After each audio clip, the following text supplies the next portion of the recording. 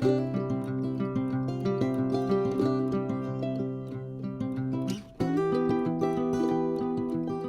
and welcome to The Bottom Line. I'm Pastor Paul Steele from Bethlehem Church in Austin, Minnesota. The Bottom Line is our weekly summary of the previous Sunday's sermon.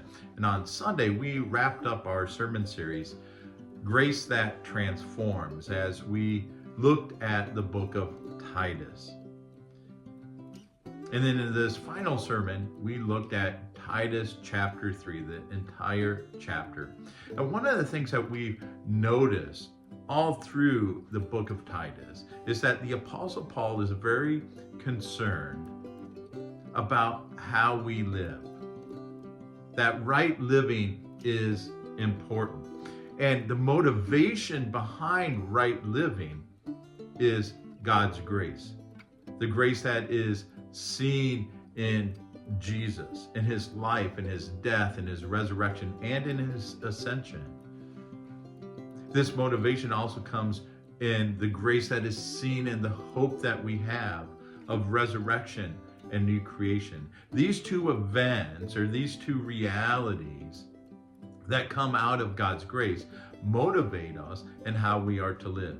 And in this final chapter of Titus, what we also see is that Paul is concerned not only that we are living right, but how we live towards those around us, especially to those who are outsiders.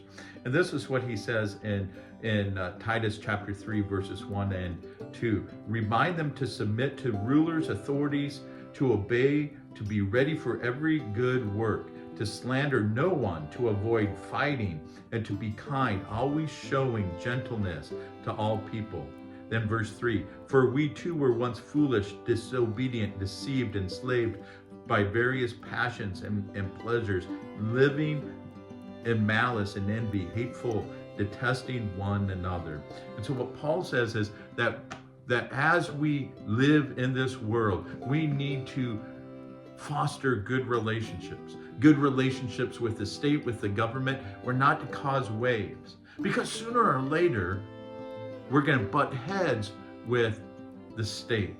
And so we don't need to go out of our way to do it. We need to treat those around us well, not slandering them, not discouraging them, not fighting with them. And part of what Paul says here in verse 3 is the reason we do that is that we remember that is how we used to be as well.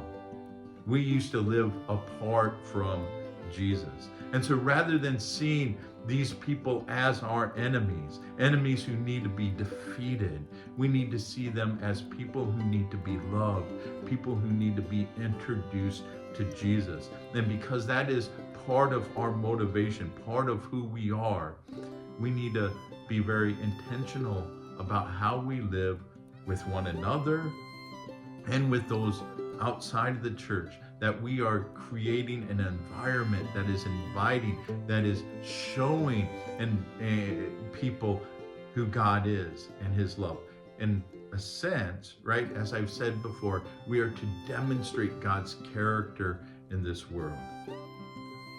That is how Paul wants us to live. Our big idea from Sunday is this: how we live gives credibility to God's love, mercy, and grace. How we live gives credibility to God's love, mercy, and grace. Our challenge is to ask God to help us to be good representatives of his grace. Because we can't do this based on our own wisdom, based on our own strength. We need God's help in this. We need to focus on being his representatives, representing King Jesus in everything that we say and do. Hey, thank you for watching. Thank you for being part of Bethlehem, even if you can't be with us in person. And I want to invite you again to join us on Sunday mornings at 10:30. You can join us on YouTube or Facebook for our live stream, or better yet, you can join us in person here in Austin, Minnesota, right next to Ellis Middle School. And if you want to help us in the work that we're doing, the ministry we're doing here in Austin, there are two things you can do for us. First of all, you can pray. And my prayer for Bethlehem And what we've been praying is that God would make us into a disciple-making church.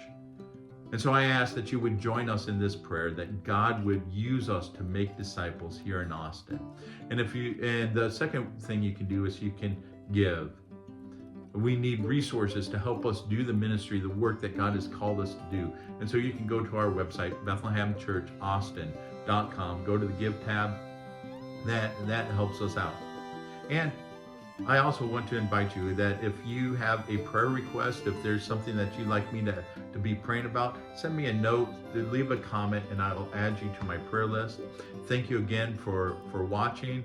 I hope you have a wonderful rest of the week, and God bless.